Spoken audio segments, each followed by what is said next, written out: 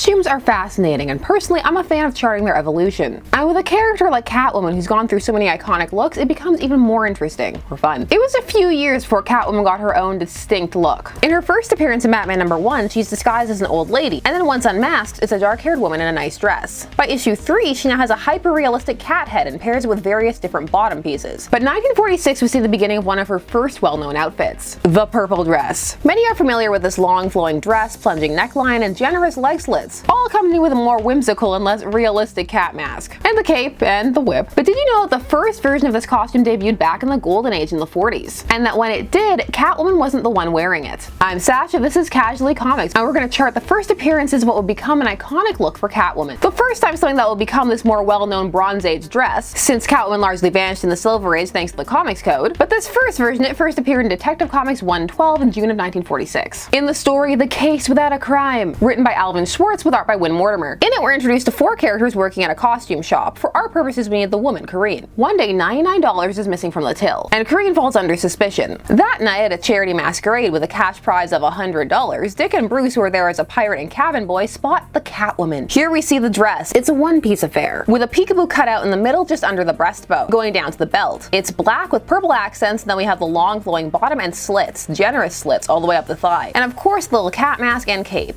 It's a look. I'm into it. Look at the nice folding around the purple belt. I'd give her the 100. Sadly, she does not win the contest, even after pretending to rob herself. She stages a little robbery of some paste pearls to try to lend some authenticity to the costume. Seems like the kind of thing that will get you kicked out. It proves your costume is authentic because she was caught by Batman and that you're dedicated, but also it's time to leave the party. Anyway, no one was the thief. It turns out that when Bruce Wayne was there during the day picking up his costumes, Corinne accidentally gave him 100 for change instead of a 1. And he just didn't notice because his wallet is full of hundreds. The end! Also in June of that year. This is Batman 35, which has a great cover of maniacal Dick Grayson in one of his many colorful sweaters. Here we have the story 9 Lives as the Catwoman. This one by Bill Finger. Here Catwoman herself will don a similar but tweaked costume, as the first one was considered a little risque, which it was in the best ways. Issue 35 really sees a cementation which will remain for decades of the purple motif for Catwoman. She's also blonde in this issue for some reason. I guess also starting the tradition of randomly blonde Catwoman, though most feel it's a coloring error. Or maybe she just felt like being blonde that month. I get it, it happens. Catwoman very easily escapes from prison at the start of this story and tries to reunite with her gang, but it's unsuccessful because they say she always gets caught by Batman. She's partially in the costume already, but we see the whole thing in the next panel. Now the dress is firmly one piece, no belly cutaway. Instead, a belt alone divides the 2 sections. The open plunging V neckline has been altered to a high-placed peekaboo hole clasped at the neck with a button, and high enough that it's a boob window, yes, but not a very aggressive one, a tasteful window. The dress has been shortened to just below knee length, so schoolgirl uniform length, and the slits are gone. And the long sleeves have been swapped for shorter ones and gloves. Same little booties, even though they're all purple now and not black and purple, and the cape's still there. It's interesting to see a version of this costume with such a light shade of purple, almost a lilac. Very different hue from the vampy color that will eventually become. Over time, the costume would find its way back to a much closer version of the first iteration in Detective Comics 112. Still no tie-off cutout. Boo! It spends time slowly evolving. Here it is in 1950 in Batman 62, where Catwoman retires. See, it's halfway there, length still shorter and no slit, but the color is changing, the neck is once more plunging. And here it is in 1954 in Batman 84. In this appearance, it's almost at its final Bronze Age form. It's fun that in canon itself, Catwoman is known for changing her costumes, nowhere near as much as the Wasp, but still it's known. It's definitely a thing. What do you think of these early versions of the purple dress Catwoman costume? Which do you prefer, if any? Are you a fan of the purple motif, or do you like that they've switched to black? Also, in Batman 35, as the title would suggest, they do the whole 9 Lives thing like they do in Batman Returns. Other stories have done it too, but this one has a very deliberate cat and mouse setup with him. He's even left wondering if she's dead or alive, as she had 1 life left. So that was just a quick appearance of the look of one of Catwoman's first iconic costumes. If you're curious about any other costumes, let me know down below. Sue Storm boob window, is that what's up? Also, just come chat with me. I love chatting with you. Also, while you're down there, please do all the YouTube things. Like, share, comment, subscribe, and thanks so much as always for taking this time of your day spent discussing comics with me. I always appreciate it, and I will see you again soon. Bye-bye.